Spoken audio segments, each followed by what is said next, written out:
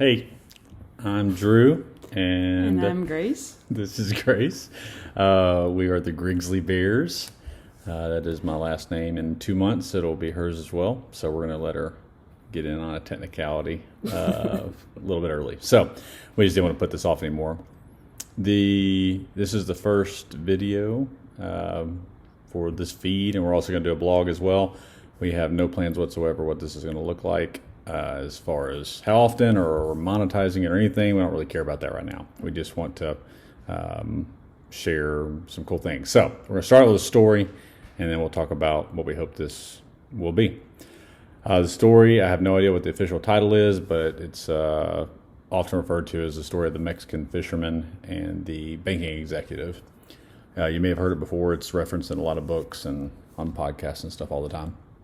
But the story goes, a very, very high-paid banking executive.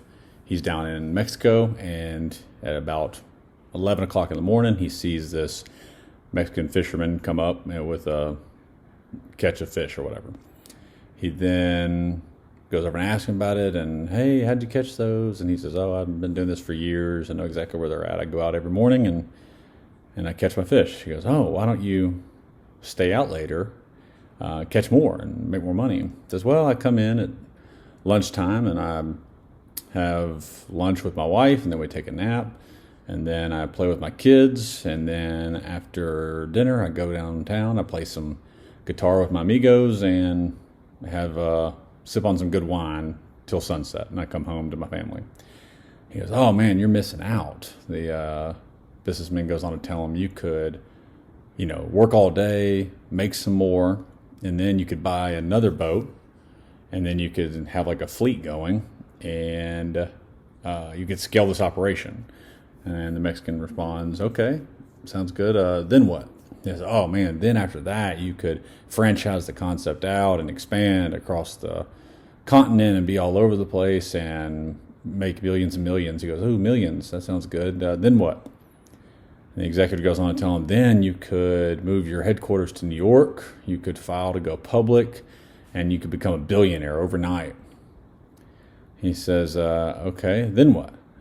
And then what you could do after you're rich, and many years from now, you could move to a small fishing village, and you could go fishing in the morning, what you love to do, and you could then have lunch with your wife and take a nap with her, and then you could play with your kids and grandkids and go downtown and play music with your friends. And he starts stumbling through the answer as he realizes he's describing the Mexican fisherman's current life. So that's kind of our point of why we want to do this. Grace and I feel like we hear people all the time say, like, one day they'll travel or one day they'll do X, Y, and Z, and we don't really believe in the one day. We want to do it now. So the whole point of this blog will be to kind of help with that, with whatever roadblocks you've got. But before I start talking for 10 minutes, you want to add anything?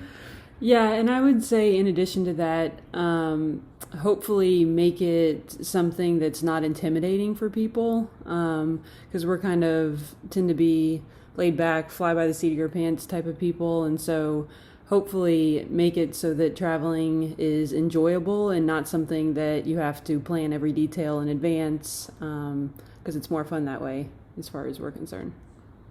Perfect. Well, we're going to have some videos, everything from stories of recent trips. One of the next videos we'll upload is about our trip we just got back from last night, Albuquerque, New Mexico, which was great.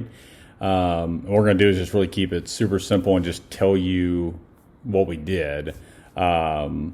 Not the million options, because then you're back into decision fatigue and kind of option overload, but just tell you what we did. If you want to replace something we did with something better you found, great. Look, we're not trying to tell you ours is the best.